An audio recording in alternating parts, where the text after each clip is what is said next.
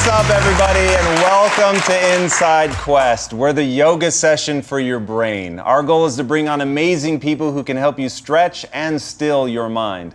And if you're looking to find success in the quiet beats between your thoughts, there's no better guest than the man joining us today.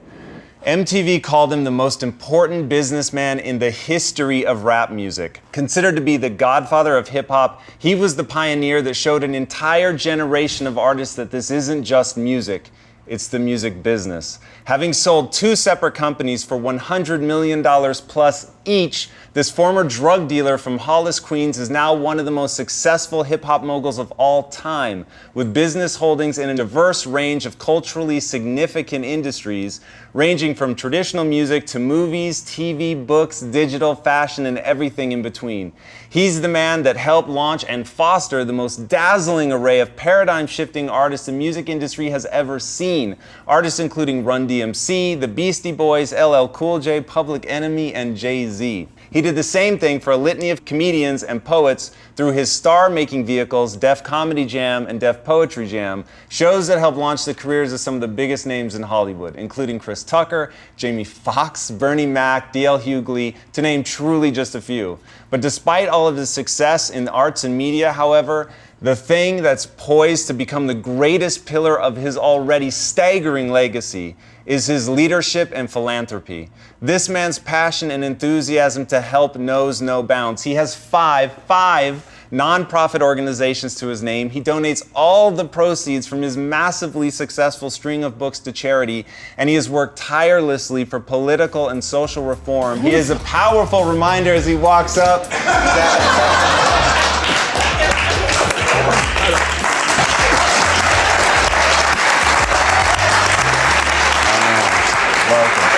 It's a great pleasure to be here. It's an honor to have you, for sure. When I heard about you and what you're doing with your investments, the question, how they're going to help people, or not, or don't do it, right? That's it, right? That's, you have a dharma like that, and you're always happy, and in the end, you're fine. You're always fine anyway in the end, but to have that, that's your intention. That's beautiful. So thank you for what you're doing. No problem. And by the way, everybody, this is Russell Simmons.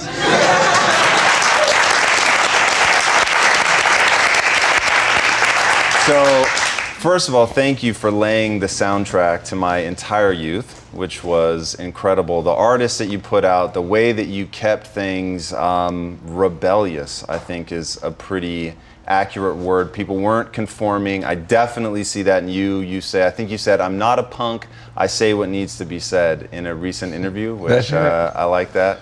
So you've got a new book out called The Happy Vegan, which seems to me to be the result of 2+ decades of real spiritual and just deep spiritual work, dietary reform.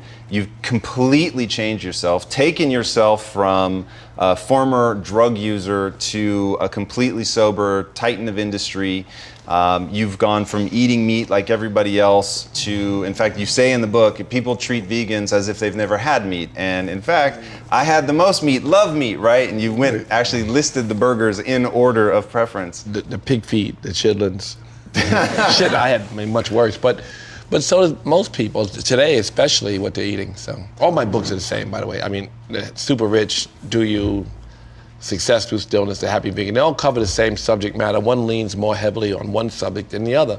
All my books promote a vegan diet, and all my books have some information about why. The American government gives almost $40 billion to manufacturing food and only gives 17 million, or 0.4% of that, to the vegetable industry. And it's about us being aware enough so we can tell our government to stop it, knock it off. Because lobbyists control the government only so long as the people are not educated. These are questions we can start to ask ourselves, and then we ask our politicians, and they change.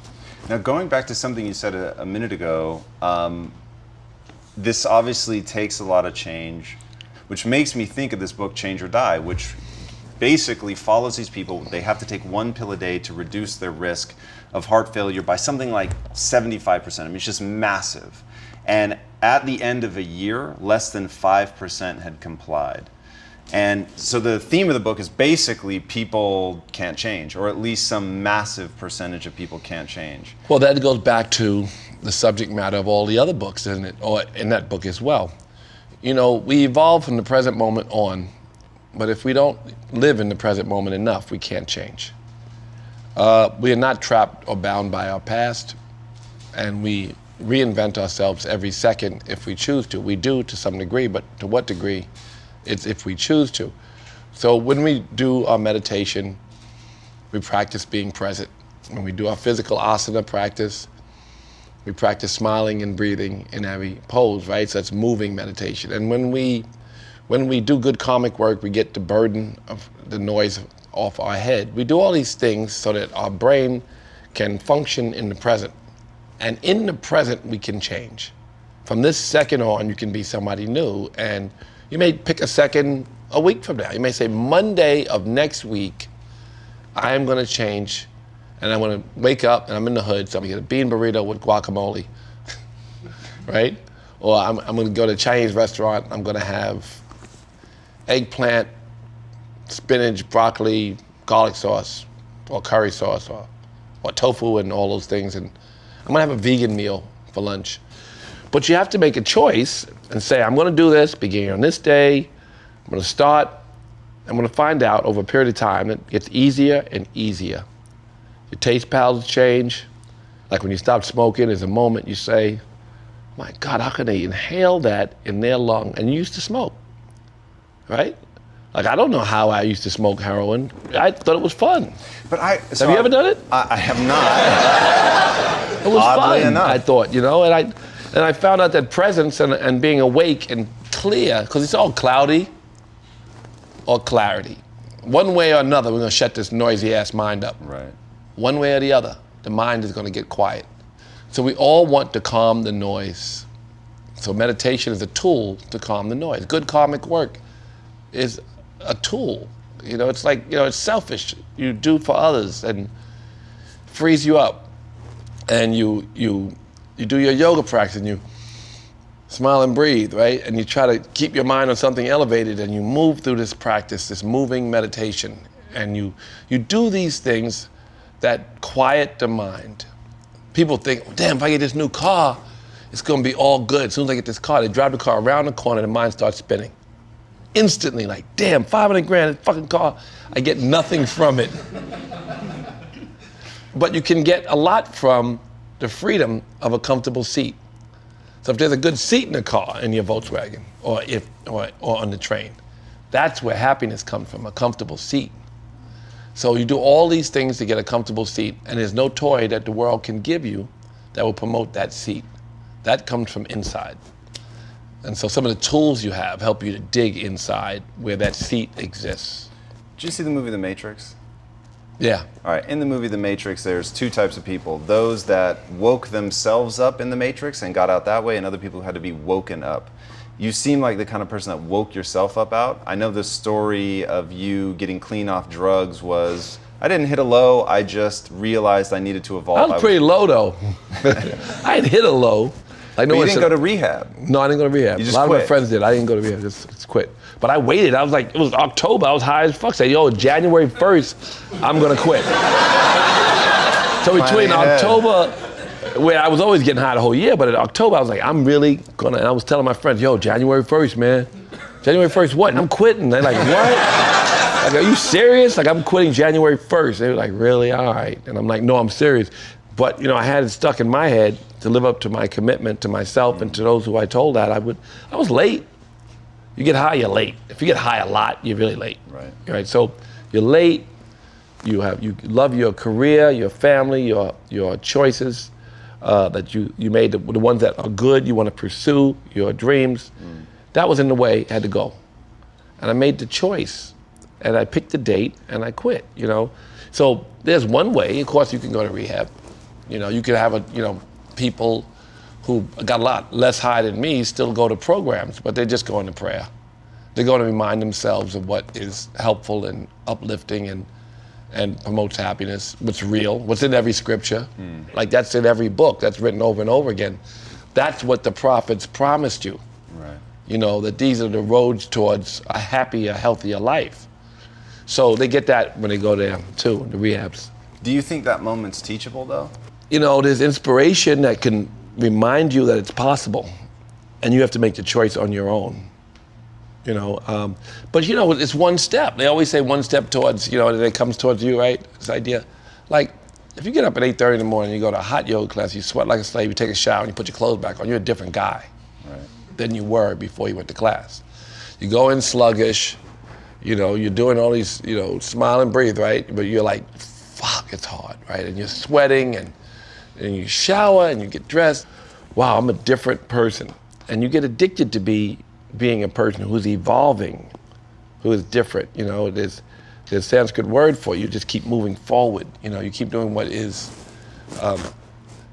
healthy and happy. You have that stuff inside you. Certainly the Yoga Sutras. The Yoga Sutras, that scripture is a book. It's a science book. There's no religion, there's no nothing. It's just do this, get that. And in the physical asana or yoga practice that you call, it's one of the 8 parts, the asana practice, have a steady, joyful pose. This is the practice. Or the other parts of the 8 things are science. The social laws, ahimsa, non-harming, satya, non-lying, asteya, non-stealing, brahmacharya, control of sexual power. That's always translated all kinds of ways. And then aparigraha, non-greed. And then that's like the social laws. Those are 10 commandments, right? So, and then there's these social laws, and there's these observances, which are very simple: cleanliness, contentment, hard work, and dedication. And then there's the asana, the physical practice. So it's a science that brings you towards what Christians refer to as Christ consciousness, or nirvana, or samadhi. Different nirvanas, Buddhists, samadhis, yogis, or taqwa for Muslims. This God consciousness, this state of choiceless awareness. You're moving towards it. And they say, oh, how do I know I'm never going to get there? Or how do I know I'm going to evolve? You evolve after that first class. Like, oh shit, I feel better. Right. So you always have to, go where it's inspiring and where people are lifting you up. You can love everybody, but hang with people who lift you up. Right. So I'm taking that and I'm teleporting myself into their minds. The reason this room is packed is each and every one of these people wants to be you, right? They really want that for themselves. You want to be 58 years old? Yes. You fuckers want to be that, really? But for real. No one's going to be on a perfect path. It's just the idea that we have a little faith that the path works and experiences that it works. They're helpful.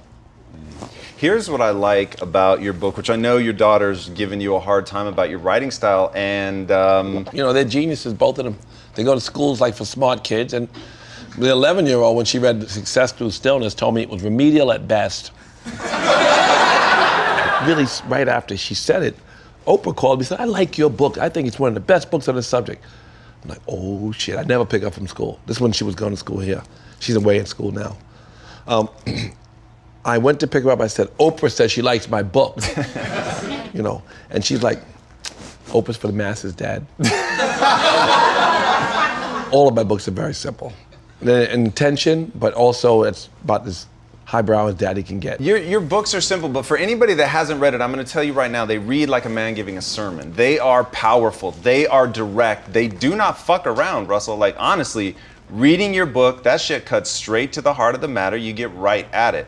And is the language simple? Maybe, but I don't know that matters. Like, you're able to take these really complex ideas, distill them down for people in a way that will actually change them. That's that's the goal. That's why we go to work every day on these practices. And the idea of being fully awake, where you would drive your car and never miss a flower. That's the thing that we're all like striving for. We're evolving more and more towards that consciousness. That's why we live, to go through experience so we can move towards. But do you think everyone makes progress? Yeah, they make progress. They may not act like it. So I always say the urban yogi's choice is no different from everyone else's. There are tools. There are things that take you away from presence. The iPhone, that'll do it. You put it down, just like you put anything else down. And you make the choice yourself to work on your mental clarity and fully a full and awakened brain is it's bliss. It's bliss. So you have experiences and you try to broaden them. And your kids meditate already, is that correct? I make them meditate, but now they're in school, so I didn't meditate today, Dad. Hi, FaceTime. So how do you, in fact, do you encourage them to be entrepreneurial or to just look for the comfortable seat? No, I don't know what they have different, they definitely don't do anything Daddy tells them. They're good students, they're great students, they're well behaved, and they have to learn a lot on their own, Yeah, you've said before that people have a hard time, you have a hard time influencing the people closest to you, which I think is pretty universal, very much so. Of course. Why do you think that is? Because people don't want to hear shit from you, they're your friends. I taught Oprah to meditate, or Ellen DeGeneres. I got them meditation teachers. But my kids, no. If the people in the audience wanted to be able to give back at the level that you give back at, I know step one is going to be to meditate, and you say that happiness brings money, money doesn't bring happiness. But how do you turn that into an enterprise? Oh, you find a hole, find out what people need that you love, and you give it to them. As an entrepreneur, you fill the white space. And there's lots of stuff that you want, that you think everybody else wants and nobody's making. I think you may have the most beautiful and useful explanation or definition for what an entrepreneur is. You tie it to being an artist, right? So an artist is somebody who looks from within. They're not moved by the noise on the outside, which is how they're able to create something new that people can follow. Talk to these guys, because you've spoken so powerfully in your own life is such an amazing demonstration of many of them are afraid of failure. And that's one of the things. You can never, ever fail until you quit. Things evolve. So sometimes you gotta do stuff because no one will. And service people with ideas and products that no one will make. And that's what goes all the way to many entertainment products. You do a Reverend and 5A students for MTV, they don't want to do it. We don't want a bunch of black guys telling jokes that are like at white people, Def Comedy Jam, we don't want to do poetry. We just don't do it. Poetry, like why? It was the longest show in the history of HBO. Really?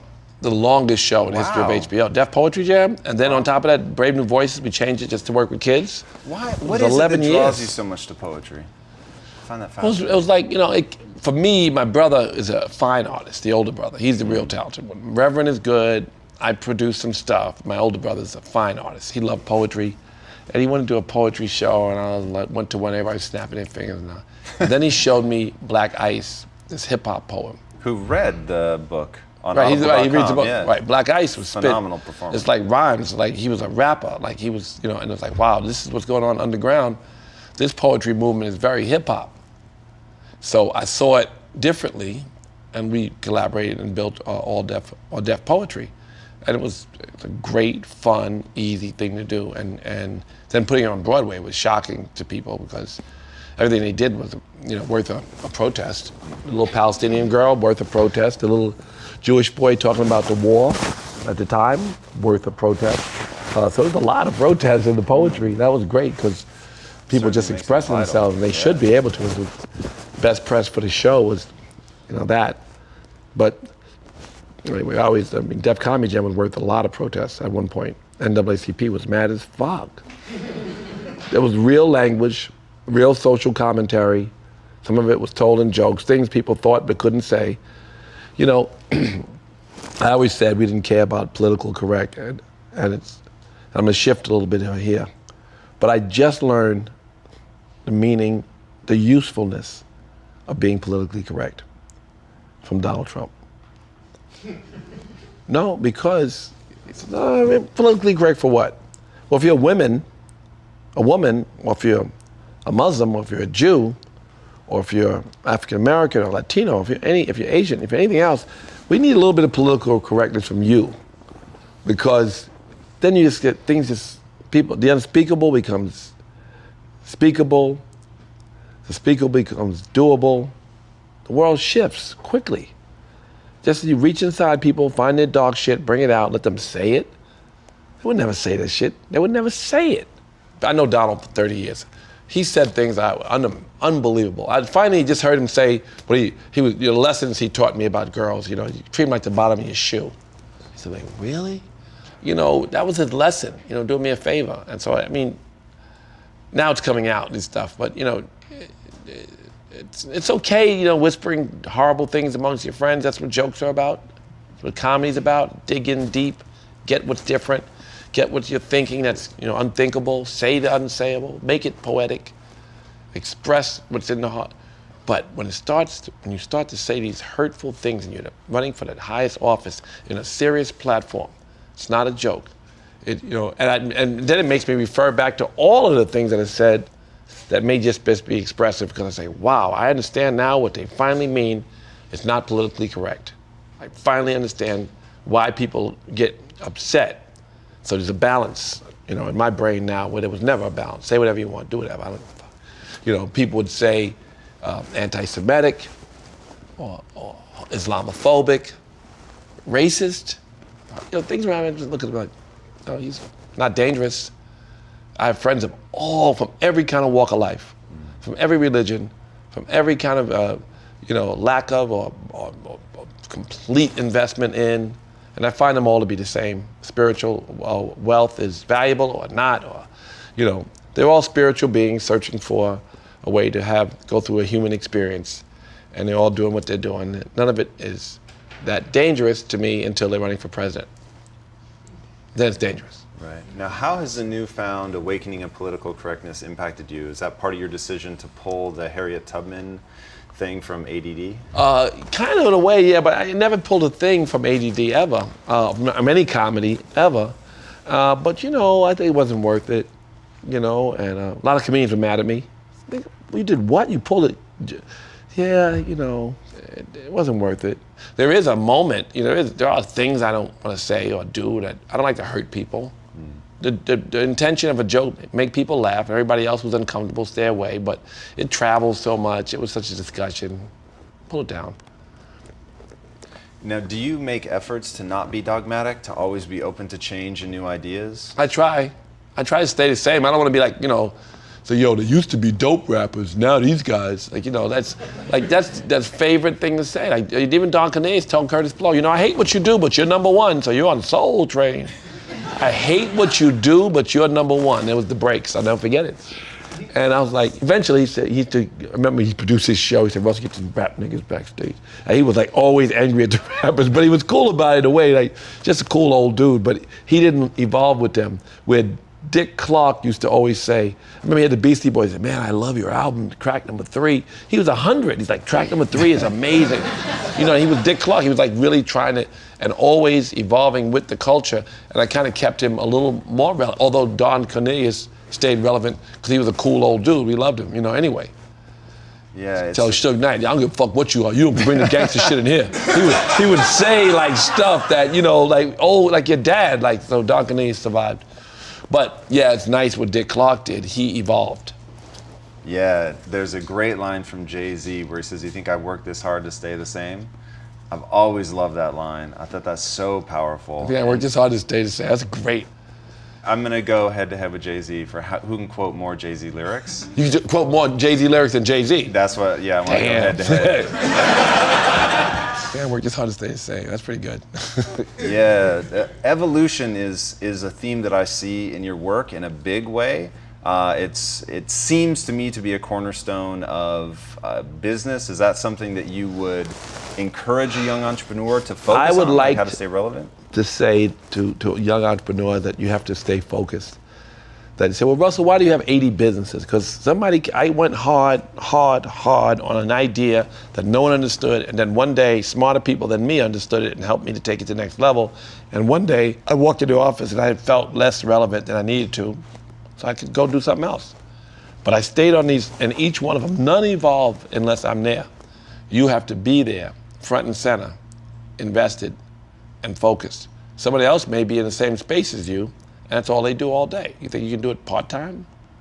So each company is built because of the focus that you put into it until such time that people are smarter than you. And if you may never allow that, you may be a company guy who builds a company, that's all they do their whole life, stay on that same hustle. And they keep making it better and they're running the company. But eventually a CEO would come along, in my cases, that would be smarter than me and better to operate the business than me. and certainly better and even better creatively than me. And their whole management infrastructure and team doesn't need me. Now, if you're intentionally trying to evolve, do you do it like an artist? Do you approach that, give me new stimulus, give me new ideas? Do you actively go out into the world and try to encounter I'm trying to hide from them if I can. No, because I do a lot of new stuff, like some things take forever. One of the reasons I draw so much inspiration from you is, in fact, I'll just tell the story. You, as young entrepreneurs, these guys are always trying to look to get ahead, and I think they think probably more about money and profits and less about the white space, creativity, and that obsession than you do. Talk about what happened during the Flint water crisis and what you did for Rush Card members. Oh, I just bought them some water. That wasn't nothing. I mean, it's too bad that we were in the middle of the crash still, and we're not cash friendly. We gave everybody free usage of the card for 6 months, or whatever it was, 5 months. Whatever it was, that fee holiday took all the cash out of the money, out of the company, all the profits out of the company. And I had to race and go, buy something to give to our customers. But we also inspired a lot of people, so millions of bottles of water was sent to Flint. We only bought 200,000 bottles, I think the gross number was at the end. But 200,000 bottles of plastic, that wasn't great either. Water, there should be a plastic company there that takes all the plastic and does something. I'm sure that people are thinking about it. Listening to you, it is very clear you want to change the world, and it takes a lot of balls to tackle problems that big. When did you first decide, hey, this is something I'm not really tackling them, just talking. I ain't doing shit. I mean, but it's important to say things if you know them to be true.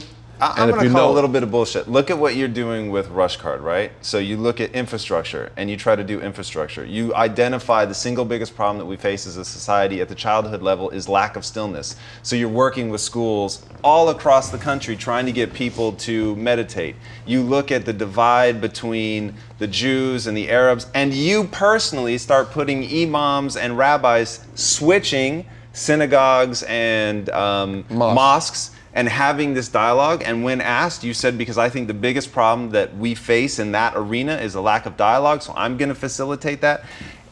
I get it to downplay, but man, it's pretty impressive. And to that sounds impressive.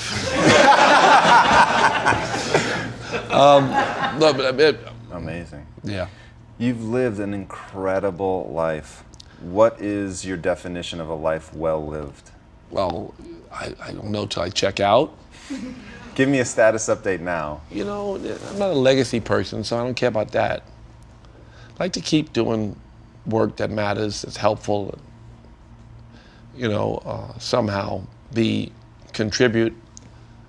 We're all here as servants. We think we're big servants or little servants. I think God favors the person administering the drugs in the most difficult place to save a life than the person who wrote a big check for all the drugs.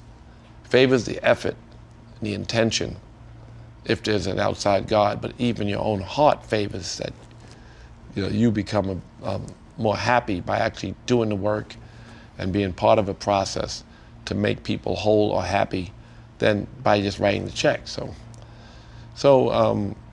I'm in a position of not so much to write the check, but the big mouth, celebrity, big mouth, use it as much as I can to change the world.